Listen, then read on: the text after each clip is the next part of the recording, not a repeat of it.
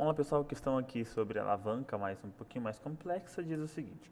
Suponha que, para arrancar um mourão fincado no chão, um homem, puxando-o diretamente com as mãos, tivesse de exercer nele uma força de intensidade 1.800 newtons no mínimo. Então, para levantar esse mourão aqui, eu teria que fazer para cima, né, uma força de 1.800 newtons para levantar ele na mão, tá?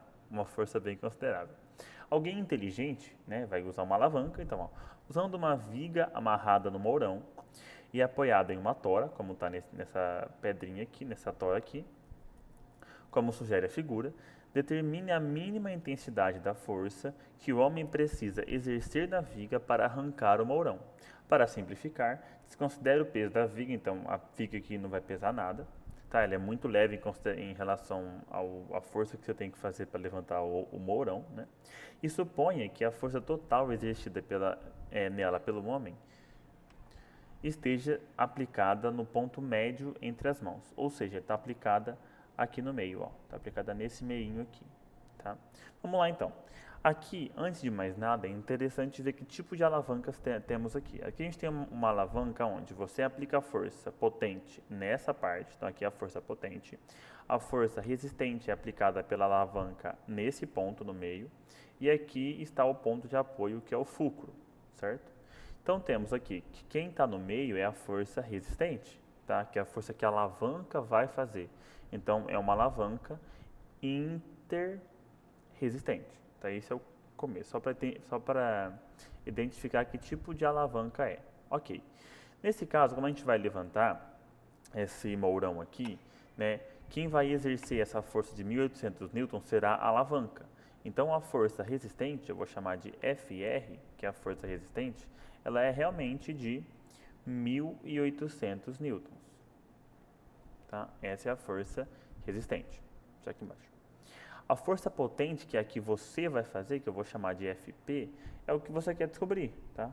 É o que você não sabe ainda.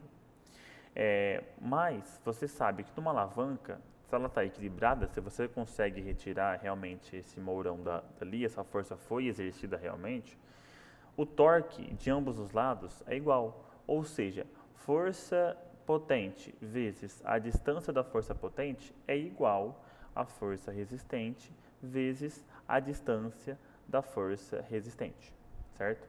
E a gente também tem essas distâncias. Essa distância é em relação ao ponto fixo, a tora, que é o ponto de apoio, tá?